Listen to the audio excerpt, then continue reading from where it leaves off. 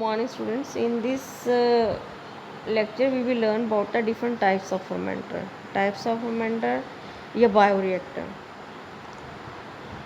What are the different types? Stir tank fermenter, air leaf fermenter and bubble column fermenter. Today we will discuss only these three types of fermenters. What is stir tank? Stirring ਕੀ ਹੁੰਦੀ ਹੈ? String tank ਹੁੰਦੀ ਹੈਗੀ ਜਿਹਦੇ ਵਿੱਚ ਅਸੀਂ ਕਿਸੇ ਚੀਜ਼ ਨੂੰ ਘੁਮਾਉਂਦੇ ਹੈਗੇ ਆ ਜਾਂ ਕਿਸੇ ਨੂੰ ਸਟਰ ਕਰਦੇ ਹੈਗੇ ਆ। ਜਿੱਦਾਂ ਸਟਰ ਟੈਂਕ ਫਰਮੈਂਟਰ ਕੰਸਿਸਟ ਆਫ ਸਿਲੰਡਰੀਕਲ ਵੈਸਲ, ਇਹ ਕੀ ਹੋਏਗਾ? ਸਿਲੰਡਰੀਕਲ ਵੈਸਲ ਹੀ ਹੋਏਗਾ ਔਰ ਉਹਦੇ ਵਿੱਚ ਮੋਟਰ ਲੱਗੀ ਹੋਏਗੀ। ਮੋਟਰ ਤੁਸੀਂ ਦੇਖ ਲਈ ਹੈਗੀ ਆ, ਡਰਿਵਨ ਸੈਂਟਰਲ ਸ਼ਾਫਟ ਹੋਏਗੀ। ਉਹਦੇ ਵਿੱਚ ਸ਼ਾਫਟ ਮਤਲਬ ਇੱਕ ਲੰਬੀ stainless steel the road that support one ਔਰ ਮੋਰ ਇੰਪੈਲਰ। ਉਹਦੇ ਵਿੱਚ ਮੋਸਟਲੀ 3 ਇੰਪੈਲਰ ਹੁੰਦੇ ਹੈਗੇ, ਲੇਕਿਨ ਉਹਦੇ ਵਿੱਚ ਕੀ ਹੁੰਦਾ ਹੈ, ਸਟਰ ਟੈਂਕ ਦੇ ਵਿੱਚ 1 ਜਾਂ 2 ਇੰਪੈਲਰ ਹੀ ਲੱਗੇ ਹੋਣਗੇ। ਤਾਂ ਟਿਪੀਕਲੀ ਸਟਰ ਟੈਂਕ ਫਰਮੈਂਟਰ ਕੀ ਹੈਗਾ, ਉਹਦੀ ਟਿਪੀਕਲ ਏਰੋਬਿਕ ਫਰਮੈਂਟਰ ਜਿਹੜਾ ਹੈਗਾ ਉਹ ਤੁਸੀਂ ਜਿਹੜਾ ਮੈਂ ਤੁਹਾਨੂੰ ਲਾਸਟ ਲੈਕਚਰ 'ਚ ਦਿਖਾਇਆ ਸੀਗਾ, ਉਹਦੀ ਡਾਇਗਰਾਮ ਦਿਖਾਈ ਸੀਗੀ, that is the typical air stir tank fermenter ਸੀਗਾ ਕਿ ਉਹਦੇ ਵਿੱਚ ਕੀ ਲੱਗੇ ਹੋਏ ਸੀ? ਇੰਪੈਲਰ ਲੱਗੇ ਹੋਏ ਸੀ। ਇੰਪੈਲਰ ਜਿਹੜੇ ਸੀਗੇ ਉਹਦੇ ਨਾਲ ਸਟੀਰਿੰਗ ਹੁੰਦੀ ਹੈਗੀ ਹੈ। ਏਰੋਬਿਕ ਫਰਮੈਂਟਰ ਵੀ ਕਹਿ ਸਕਦੇ ਕਿਉਂਕਿ ਜਿਹੜੀ ਸਟੀਰਿੰਗ ਹੈਗੀ ਹੈ ਬੇਸਿਕਲੀ ਕੀ ਪ੍ਰੋਵਾਈਡ ਕਰਦੀ ਹੈਗੀ ਹੈ? ਆਕਸੀਜਨ ਪ੍ਰੋਵਾਈਡ ਕਰਦੀ ਹੈਗੀ ਹੈ। ਅਤੇ ਸੈਕਿੰਡ ਟਾਈਪ ਦੇ ਫਰਮੈਂਟਰ ਜਿਹੜੇ ਹੈਗੇ ਆ ਉਹਨੂੰ ਅਸੀਂ ਕਹਿੰਦੇ ਏਅਰ ਲਿਫਟ ਫਰਮੈਂਟਰ। ਏਅਰ ਲਿਫਟ ਦਾ ਮਤਲਬ ਏਅਰ ਨੂੰ ਉੱਪਰ ਲੈ ਕੇ ਜਾਣਾ। ਤੋ ਇਹਦੇ ਵਿੱਚ ਕੀ ਹੁੰਦਾ? Liquid culture volume of the vessel is divided into 2 interconnected zones. ਜੋ ਵੀ ਸਾਡਾ ਲਿਕੁਇਡ ਹੈਗਾ ਆ, ਕਲਚਰ ਹੈਗਾ ਜਾਂ ਮੀਡੀਅਮ ਹੈਗਾ, ਉਹਨੂੰ ਅਸੀਂ 2 ਇੰਟਰਕਨੈਕਟਡ ਜ਼ੋਨ ਦੇ ਵਿੱਚ ਜਿਹੜਾ ਹੈਗਾ ਡਿਵਾਈਡ ਕਰ ਦੇਣਾ। ਕਾਹਦੇ ਨਾਲ? ਬਾਈ ਮੀਨਸ ਆਫ ਵੈਫਲ ਔਰ ਡਰਾਫਟ ਟਿਊਬ। ਠੀਕ ਹੈ, ਵੈਫਲ ਤੁਸੀਂ ਦੇਖ ਲਿਆ ਸੀਗਾ ਜਾਂ ਡਰਾਫਟ ਟਿਊਬ ਦੇ ਨਾਲ,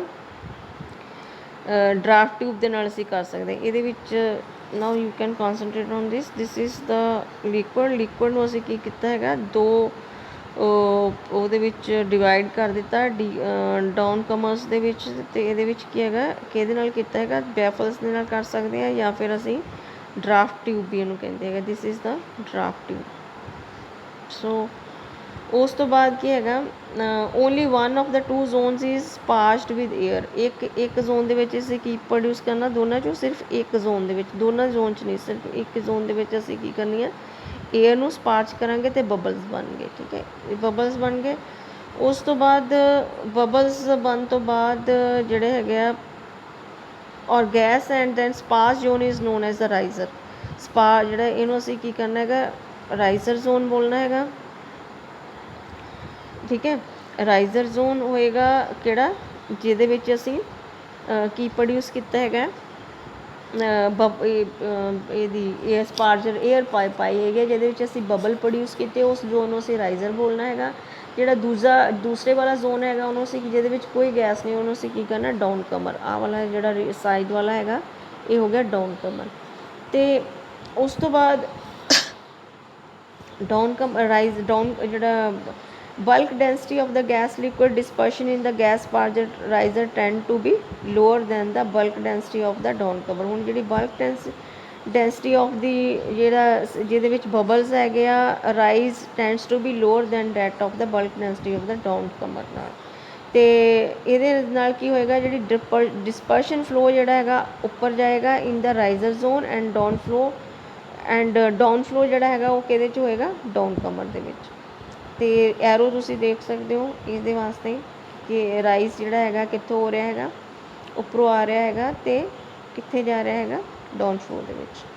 ਸੋ ਏਅਰਲੀ ਫਰਮੈਂਟਰ ਜਿਹੜੇ ਹੁੰਦੇ ਹੈਗੇ ਉਹ ਹਾਈਲੀ ਐਨਰਜੀ ਐਫੀਸ਼ੀਐਂਟ ਹੁੰਦੇ ਹੈਗੇ ਆ, are often used in large scale manufacture of the ਬਾਇਓਫਾਰਮਾਸਿਊਟੀਕਲਸ।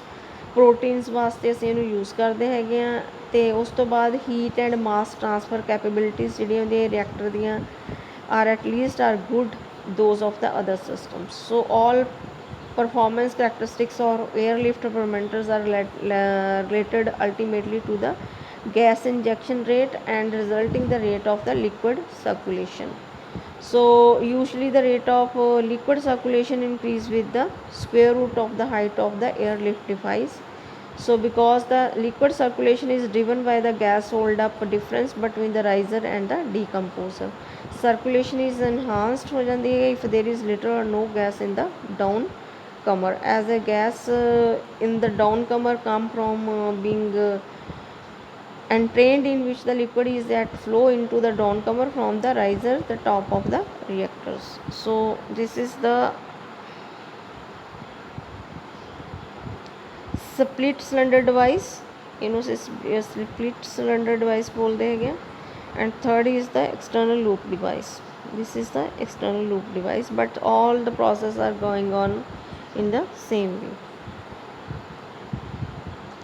And third one is the bubble column. This is the bubble column. A bubble column ਜਿਹੜਾ ਹੁੰਦਾ usually cylindrical ਹੁੰਦਾ with an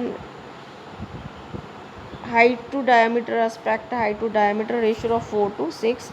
ਗੈਸ ਜਿਹੜੀ ਹੈਗੀ ਉਹਨੂੰ ਅਸੀਂ ਸਪਾਰਜਡ ਕਰਦੇ ਹਾਂ at the base of the column. ਇਹ ਦੇਖੋ ਜਿਹੜੀ ਏਅਰ ਜਿਹੜੀ ਹੈਗੀ ਆ ਇਸ ਪਰਫੋਰੇਟਡ ਪਾਈਪ ਮੈਂ ਕਿਹਾ ਸੀ ਨਾ, ਸਪਾਰਜਰ ਜਿਹੜਾ ਹੈਗਾ ਇਸ ਤਰ੍ਹਾਂ ਦਾ ਹੁੰਦਾ ਹੈਗਾ, ਇੱਕ ਪਰਫੋਰੇਟ ਪਾਈਪ ਹੁੰਦੀ ਹੈ, ਪਾਈਪ ਦੇ ਵਿੱਚ ਸ਼ੇਕ ਕੀਤਾ ਹੈਗਾ, ਇਹਨੂੰ ਅਸੀਂ ਕੀ ਬੋਲਦੇ ਸਪਾਰਜਰ। ਸਪਾਰਜਰ ਦੇ ਥਰੂ ਅਸੀਂ ਕੀ ਕੀਤੀ ਗਈ ਹੈ, ਸਟਰਾਈਲ ਏਅਰ ਜਿਹੜੀ ਹੈਗੀ ਪਾਸ ਕੀਤੀ ਹੈ, ਤੇ ਉਸ ਤੋਂ ਬਾਅਦ ਸਾਰੇ ਮੀਡੀਅਮ 'ਚ ਕੀ ਬਣ ਰਹੇ ਆ, ਬਬਲਸ ਬਣ ਰਹੇ ਹੈਗੇ ਆ। ਸੋ ਪਰਫੋਰੇਟਡ ਪਾਈਪਸ, ਪਰਫੋਰੇਟਡ ਪਲੇਟਸ ਔਰ ਸਟਿੰਟਡ ਗਲਾਸ ਔਰ ਮੈਟਲ ਮਾਈਕਰੋਸਪੋਰਸ ਸਪਾਰਜਰ ਵੀ ਆਪਾਂ ਯੂਜ਼ ਕਰ ਸਕਦੇ ਹੈਗੇ ਆ। ਤੇ ਆਕਸੀਜਨ ਟਰਾਂਸਫਰ ਜਿਹੜੀ ਹੈਗੀ ਆ, mixing and other performance factors are influenced mainly by the gas flow rate and the rheological properties of the fluid, and internal device such as horizontal perforated plate, vertical baffles and conjugated sheet packing may be placed in vessel to improve the mass transfer and modify the basic design. So the column diameter does not affect its behavior so long as the diameter exceed 0.1 meter, and one exception is the axial mixing performance. For a given gas flow rate, the mixing improve with the increasing vessel diameter or mass, and heat transfer and the prevailing shear rate increase as glass flow rate is increased. So this is the bubble column fermenter.